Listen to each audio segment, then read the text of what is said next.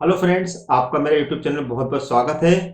जैसे कि आप जानते हैं, मैं डिस्क्रीट मैथमेटिक्स के ऊपर एक न्यू वीडियो लेक्चर सीरीज बना रहा हूं, जिसमें अभी तक हम 11 वीडियो लेक्चर्स हम बना चुके हैं डिफरेंट डिफरेंट टॉपिक्स पर। आज हम बात करेंगे बाउंडेड लेटिस के बारे में। तो डियर फ्रेंड्स, अगर आपने मेरा प्रीवियस लेक्चर नहीं देखा है तो पहले प्रीवियस लेक्चर को देख लीजिएगा, क्योंकि उसमें मैंने आपको बताया था कि सब लेटिस क्या होता है। तभी आपको ये लेक्चर बहुत अच्छी तरीके से समझ में आएगा। अगर आप मेरे YouTube चैनल पर नया है तो मेरा YouTube चैनल को सब्सक्राइब कर लेगा, बेल आइकन को प्रेस कर लेगा, जिससे कि आप फर्दर नोटिफिकेशन मिलता रहे। आइए स्टार्ट करते हैं।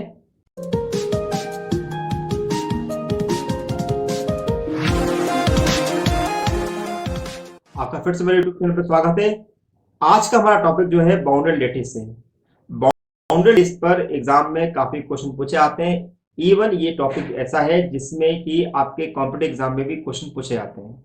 By the end of this lecture learner would understand the following concept. Definitely इस लेक्चर को आप पढ़ने के बाद कुछ ऐसा सीख के जाएंगे जिससे कि आपको अच्छा लगेगा।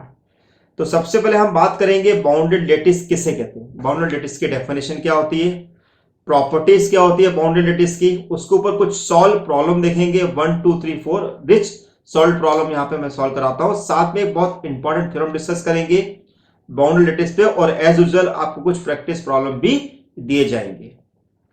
तो फर्स्ट हम डिस्कस करते हैं कि what is a bounded lattice. Bounded lattice actually होता है क्या है? ऐसा लेटिस जिसमें हमारे पास क्या हो कि आपका ग्रेटेस्ट एलिमेंट और लीस्ट एलिमेंट एग्जिस्ट करता हो।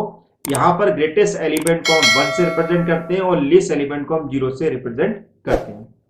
A partial ordered set L is less than equal to is called a bounded lattice if it is has the greatest element 1 and the least element 0। इसको अगर हम चाहें तो एक अलग तरीके से भी डिफाइन कर सकते हैं। In other words, if L is a bounded lattice, then for A belongs to L। देखिए, जब हम ग्रेटेस्ट एलिमेंट को 1 लिख रहे हैं और लोएस्ट लीस्ट एलिमेंट को अगर हम 0 लिख रहे हैं, तो इसका मतलब यह हुआ कि हमारी जो वैल्यू होगी वो 0 से लेकर 1 के बीच में होगी। तो ऐसी कंडीशन में किसी एलिमेंट ए को हमने बोला होगा कि ए हमारे पास कोई भी एलिमेंट है जो सेट एल में है, तो ऐसी कंडीशन में डेफिनेटली वो एक कंडीशन फुलफिल करेगा, 0 is less than equal to a is less than equal to 1। ठीक है। अब इसी बेसिस पे हम यहां पर बाउंडेड लेटिस की कुछ प्रॉपर्टीज को भी यहां पर हम डिफाइन कर सकते हैं on the basis of meat and join के बेसिस पर। ठीक है। जैसे कि हम जानते हैं कि ज्वाइन का मतलब होता है हमारे पास प्लस और मीट का मतलब होता है हमारे पास डॉट। इसी बेसिस पे हम यहां पर डेफिनेशन को डिफाइन करेंगे। Properties of bounded lattice. If L is a bounded lattice, then for all A belongs to L, number 1, A join 0 equal to A होता है और ए मिट 0 इक्वल टू 0 होता है। देखो उसको याद कैसे करेंगे। हमने लिखा कि ए ज्वाइन 0 इक्वल टू ए है, तो इसको अगर हम अपने लैंग्वेज में अगर हम याद करना चाहते हैं तो उसको हम कैसे करेंगे। इसको हम लिख सकते हैं this is a plus 0 equal to a. Point clear. इसी प्रकार मैंने यहां पर लिखा this is a meet 0 equal to 0, तो इसको लिखने का तरीका क्या होगा, this is a dot 0 equal to 0। Okay.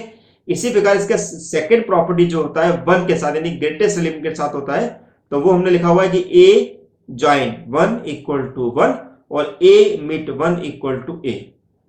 कैसे? अगर हमने लिखा a join 1 equal to a, तो इसका मीनिंग क्या निकाला जाएगा, this is a plus 1 equal to a. Boolean algebra के अंदर हम किसी भी एलिमेंट को अगर हम प्लस करते हैं तो डेफिनेटली वो वापस हमारा उसी एलिमेंट के बराबर आता है, इसलिए हमने यहां पर a प्लस 1 इक्वल टू ए लिखा है। इवन अगर हम a प्लस 2 लिखेंगे तो 2 को हम लिख सकते हैं 1 प्लस 1, तो अगेन वो हमें a के बराबर ही देगा। इसी प्रकार हमने लिखा हुआ है कि a मीट 1 इक्वल टू हमने लिखा हुआ a, तो इसका मतलब क्या हुआ, this is a dot 1 equal to a। तो अगर आप इस तरीके से अगर आप इसको याद करेंगे तो आपको बेहतर तरीके से समझ में आएगा। ठीक है। अब बात करते हैं ग्रेटेस्ट एलिमेंट हम किसी भी बाउंडेड लेटिस में किस प्रकार से निकालते हैं। एक डेफिनेशन हमारे पास है कि 1 is called the greatest element if for all A belongs to L and A is less than equal to 1। इसी प्रकार अगर हम लिस्ट एलिमेंट के अगर निकालेंगे तो 0 is less than equal to A हमारे पास लिखा जाएगा। ओके। तो आई होप आपको समझ में आ गया होगा कि what is the meaning of the bounded lettuce and what is the meaning of the greatest and least element. आइए एक सिंपल से एग्जांपल को समझते हैं कि किस प्रकार से हम किसी भी सेट के अंदर ग्रेटेस्ट और लीस्ट एलिमेंट निकाल सकते हैं। The set of positive integer z plus under the usual order less than equal to is not a bounded lattice. Since it has least element 1 but greatest element does not exist. कैसे कैसे हम बोल रहे हैं? अगर हम positive integer की अगर हम बात करें तो पॉजिटिव इंटीजर में आप देखोगे कि पॉजिटिव इंटीजर कौन होते हैं 1 2 3 4। तो मेरे को ये नहीं पता है कि मेरे पास ग्रेटेस्ट एलिमेंट क्या है, मैं नहीं जानता हूं कि मेरे पास ग्रेटेस्ट एलिमेंट क्या है, लेकिन मैं यहां पर ये जरूर जानता हूं कि मेरा लीस्ट एलिमेंट क्या है। तो मेरा लीस्ट एलिमेंट क्या है? 1 है।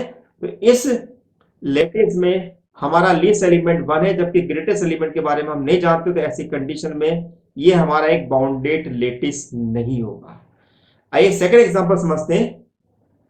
The lattice Z under the partial order less than equal to is not a bounded since it is has neither a greatest element nor least element। क्यों? क्योंकि जो इंटीजर का जो सेट होता है वो नेगेटिव पॉजिटिव दोनों तरफ से हमारा एक्सपांड होता है।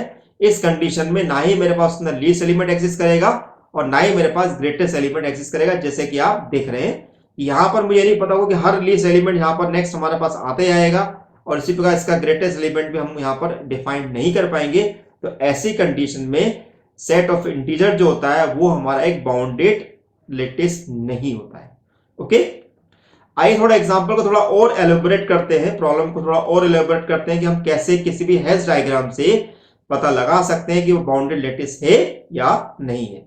तो which of the following Hasse diagram represent the bounded lattice, हमें पता लगाना है इनमें से कौन कौन से बाउंडेड लेटिस को रिप्रेजेंट करते हैं। क्या ये हमारा बाउंडेड लेटिस को रिप्रेजेंट करता है? क्या ये हमारा बाउंडेड लेटिस को रिप्रेजेंट करता है? क्या ये मेरा बाउंडेड लेटिस को रिप्रेजेंट करता है? क्या ये मेरा बाउंडेड लेटिस को रिप्रेजेंट करता है? वन बाय वन हम यहां पर इसके बारे में डिस्कस करेंगे।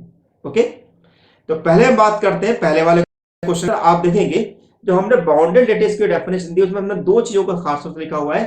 किसी भी लेटिस को बाउंडेड लेटिस कहा जाएगा यदि उसमें लीस्ट और ग्रेटेस्ट एलिमेंट एग्जिस्ट करता हो। Now what is the meaning of the least element? Least element मेरे पास वो एलिमेंट होता है जो हर दूसरे एलिमेंट से रिलेट करता है, यानी कि हर एलिमेंट से जुड़ा होता है। और ग्रेटेस्ट एलिमेंट जो होता है जिससे सारे एलिमेंट जुड़े होते हैं। ओके, तो आप देखेंगे कि 1 मेरे पास यहां पर वो एलिमेंट है जो 2 से भी ज्वाइंट है, 3 से भी है और 4 से भी। क्यों? 4 से कैसे है? 1 से 2 है तो 2 से 4 है, 1 से 3 तो 3 से 4 है। तो ऐसी कंडीशन में इस 1 को मैं यहां पर लीस्ट एलिमेंट कह सकता हूं। ओके, अब बात करते हैं 4 की।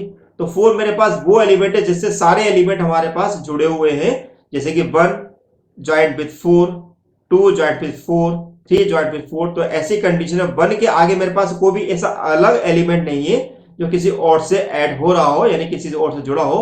तो ऐसी कंडीशन में इसको हम यहां पर ग्रेटेस्ट एलिमेंट के नाम से लिख सकते हैं। तो इसमें ग्रेटेस्ट एलिमेंट भी है और लीस्ट एलिमेंट भी है। तो इसका मतलब यह हुआ कि ये हमारा एक बाउंडेड लेटिस को रिप्रेजेंट करेगा। आइए सेकंड क्वेश्चन को देखें।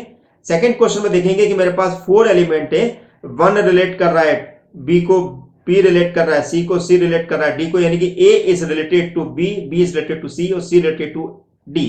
That means each element is related to A. That means इसका मतलब ये हुआ कि मेरे पास ए एलिमेंट जो है वो मेरा लीस्ट एलिमेंट की कैटेगरी में आ जाएगा। इसी प्रकार अगर मैं डी को देखूं तो डी में देख सकता हूं कि ईच एलिमेंट जो कि उसके डी के नीचे है वो हमारे पास डी से रिलेट कर रहे हैं। तो ऐसी कंडीशन में D is related to each of the below element, that mean C, D और ए। तो ऐसी कंडीशन में हम यहां पर कह सकते हैं कि डी जो है वो हमारा ग्रेटेस्ट एलिमेंट को रिप्रेजेंट कर रहा है। दैट मीन्स इसमें हमारा लीस्ट एलिमेंट हो गया ए और ग्रेटेस्ट एलिमेंट हो गया डी। तो ये भी हमारा एक बाउंडेड लेटिस को रिप्रेजेंट करेगा।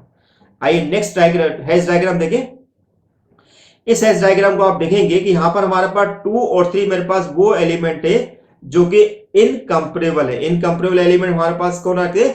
जो आपस में डायरेक्टली ज्वाइंट नहीं होते। आप देखेंगे कि 2 6 से रिलेट कर रहा है लेकिन 2 3 से रिलेट नहीं कर रहा है। क्यों? क्योंकि अगर मुझे 2 को 3 से रिलेट करना तो 2 से मैं 6 की तरफ जाऊंगा, लेकिन 6 से मैं 3 की तरफ नहीं जा सकता हूं। क्योंकि हम जब भी अगर लेटिस के अंदर ये बात करते हैं तो हम हमेशा अपर की तरफ जाते हैं, लोअर की तरफ नहीं जाते हैं, या तो पूरे ऊपर की तरफ जाते रहेंगे। तो ऐसी कंडीशन में यहां पर 2 और 3 मेरे लिस्ट एलिमेंट नहीं है। ठीक है, यानी कि इसमें लिस्ट एलिमेंट एग्जिस्ट नहीं कर रहा है। इसी प्रकार से आप देखेंगे 24 और 36 हमारे पास वो एलिमेंट है जो कि इनकंपेरेबल है, जो आपस में रिलेट नहीं कर रहे हैं। तो ऐसी कंडीशन में 24 और 36 भी हमारे पास यहां पर किसी टाइप के एलिमेंट नहीं है। तो ये भी मेरा ग्रेटेस्ट एलिमेंट की कैटेगरी में नहीं है।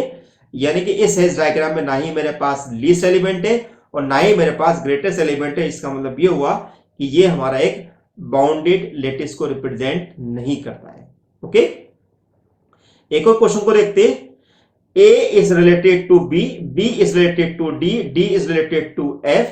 Similarly, B is related to D, D is related to F, D is related to F, A is related to C, C is related to D, E और E is related to F. यानी कि मेरे पास A जो है जितने भी बाकी element है उन सबसे रिलेट कर रहा है, सभी से रिलेट कर रहा है। तो ऐसी कंडीशन में हम साफ साफ कह सकते हैं कि ये मेरे पास लीस्ट एलिमेंट की कैटेगरी में आ गया। सिमिलरली हम देखेंगे कि F मेरे पास वो एलिमेंट है जिससे सारे एलिमेंट रिलेट करें। देखिए शब्द को थोड़ा ध्यान सुनिएगा। ए मेरे पास वो एलिमेंट है जो सभी एलिमेंट से रिलेट कर रहा है, एफ मेरे पास वो एलिमेंट है जिससे सारे एलिमेंट रिलेट कर रहे हैं। तो ऐसी कंडीशन में एफ को हम यहां पर ग्रेटेस्ट एलिमेंट की कैटेगरी में रख सकते हैं। ओके, तो इसका मतलब ये हुआ कि ये एक हमारा बाउंडेड लेटिस को रिप्रेजेंट कर रहा है। तो आई होप आपको इतने एग्जांपल से ये चीज समझ में आ गई होगी कि किसको हम बाउंडेड लेटिस करें और किसको बाउंडेड लेटिस नहीं करें। लेकिन एक क्वेश्चन और है जो आपको और अच्छी तरीके से समझ में आएगा, एग्जाम में भी काफी अच्छी तरह पूछा जाता है। ये prove that P of A का मतलब होता है this power set of A union and intersection is a bounded lattice with respect to the operation union and intersection, जहां पर A जो दिया हुआ है वो ABC से रिप्रेजेंट किया हुआ है। हम जानते हैं कि अगर हमारे पास किसी भी सेट का अगर हमें पावर सेट बनाना है तो उसमें कितने नंबर ऑफ एलिमेंट होंगे वो हमें देखना होगा। तो हम देख रहे हैं कि यहाँ पे 3 एलिमेंट यहाँ पर मेरे पास एक्सिस्ट कर रहे हैं, तो यहाँ पर 2 to the power 3 होगा। इसका मतलब ये होगा कि इसके पावर सेट में मेरे पास 8 सबसेट एग्जिस्ट करेंगे। ओके, तो सबसेट एग्जिस्ट कौन कौन से होंगे? 5 A B C AB BC AC और इटसेल्फ ABC, इस तरीके से। ओके, अब मैं इसका हेज डायग्राम बना लेता हूं। तो यहां पर आप देखेंगे 5 मेरे पास जो है A का भी सबसेट है, B का भी सबसेट है और C का भी सबसेट है। यानी कि 5 मेरे पास यहां पर लोएस्ट फॉर्म में रखा जाएगा, सबसे नीचे उसके ऊपर रखे जाएंगे A B और C। अब 5 रिलेट कर रहा है A से, 5 रिलेट कर रहा है B से, 5 रिलेट कर रहा है C से। इसी प्रकार A जो है वो रिलेट कर रहा है AB से और AC से। तो पहले हम यहां पर AB और AC को यहां पर रख लेंगे और इसके बाद मेरा B जो रिलेट कर रहा है वो BC से रिलेट कर रहा है और साथ में वो हमारा AB से भी रिलेट कर रहा है। तो हमने यहां पर AB को रख लिया। तो A जो है AB से रिलेट कर रहा है, ठीक है। उसके बाद A जो है AC से रिलेट कर रहा है, B जो है AB से रिलेट कर रहा है, B जो है BC से रिलेट कर रहा है, C जो है BC से रिलेट कर रहा है। और हमारे पास अब इसके बाद मेरे पास जो नया एलिमेंट जो आएगा वो ABC इन सबसे टॉप पर रखा जाएगा। तो वो हमारे पास ABC से AB, AC और B से रिलेट करेंगे। तो हाँ, इस हेज डायग्राम में मुझे साफ साफ दिखाई दे रहा है कि मेरे पास 5 वो एलिमेंट है जो कि सबसे लोएस्ट फॉर्म में रखा हुआ है, यानी कि ये मेरे पास लीस्ट एलिमेंट बन जाएगा। और ABC मेरे पास वो एलिमेंट है जिससे सारे एलिमेंट रिलेट हो रहे हैं, तो ये मेरे पास ग्रेटेस्ट एलिमेंट की कैटेगरी में आ जाएगा। तो इस प्रकार से हम ये कह सकते हैं कि यहां पर 5 लीस्ट एलिमेंट है, जबकि A सेट ABC मेरे पास ग्रेटेस्ट एलिमेंट है। और इस कंडीशन के बेसिस पे हम ये कह सकते हैं कि ये मेरे पास एक बाउंडेड लेटिस को रिप्रेजेंट कर रहा है under the union and intersection. अब यहां पे बहुत इंपॉर्टेंट थ्योरम आती है बाउंडेड लेटिस के ऊपर कि every finite lattice is a bounded lattice. Yes, every finite lattice is a bounded lattice. अगर हम किसी भी सेट को, किसी भी लेटिस को अगर हम देखें, अगर वो फाइनाइट है तो आंख बंद करके आप बोल सकते हैं कि वो एक बाउंडेड लेटिस ही होगा। एग्जाम में आगे इसको प्रूफ कैसे करेंगे? मान लेते कि L मेरे पास एक बाउंडेड लेटिस है जिसमें n एलिमेंट हैं। बाउंडेड का मतलब यहां पे मेरे पास, सॉरी फाइनाइट का मतलब यहां पे मेरे पास है कि इसमें एलिमेंट फाइनाइट होंगे। अगर ये फाइनाइट लेटिस है तो लेटिस को हम क्या बोलते हैं? जिसमें इन्फीमम और सुप्रीमम यानी कि हमारे पास ग्रेटेस्ट लोअर बाउंड और लीस्ट अपर बाउंड दोनों एग्जिस्ट होते हैं। तो डेफिनेटली कि अगर हमें इसको प्रूव करना है कि we should prove the lattice L have greatest element and least element और फाइनल लेटिस, तो ऐसी कंडीशन में हमारे जो ग्रेटेस्ट एलिमेंट जो होंगे इन सब में हम यहां पर यूज करेंगे, यहां पर हम उसके अपर बाउंड, यानी कहने का मतलब यह होगा कि हम उसका लीस्ट एलिमेंट को करेंगे और साथ में अगर हम लीस्ट एलिमेंट लेंगे तो हम यहां पर इस तरह से उसको यूज कर सकते हैं। तो हम देख रहे हैं कि यहां पर इसके ग्रेटेस्ट एलिमेंट भी एक्सिस्ट करेंगे और लीस्ट एलिमेंट भी एक्सिस्ट करेंगे। और चूंकि इस लेटिस में हमारे पास ग्रेटेस्ट और लीस्ट एलिमेंट दोनों एक्सिस्ट कर रहे हैं, तो हम यहां पर कह सकते हैं कि ये जो लेटिस L जो कि फाइनाइट है वो एक आपका बाउंडेड लेटिस को भी रिप्रेजेंट करेगा। आपके लिए मैंने यहाँ पे कुछ और भी अनसॉल्व प्रॉब्लम देखे, इन प्रॉब्लम को आप सॉल्व करिएगा, बताइएगा कि इनमें से कौन सा लेटिस बाउंडेड है, पहला वाला लेटिस बाउंडेड है, दूसरा वाला बाउंडेड है, या तीसरा वाला, या इनमें से कौन सा अनबाउंडेड है।